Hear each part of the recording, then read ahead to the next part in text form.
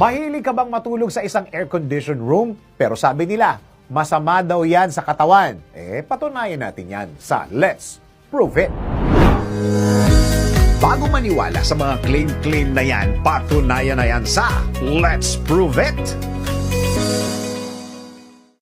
Mahilig ka bang matulog sa isang air-conditioned room? Alam nyo bang maganda ang benepisyo nito sa katawan? Tara, let's prove it!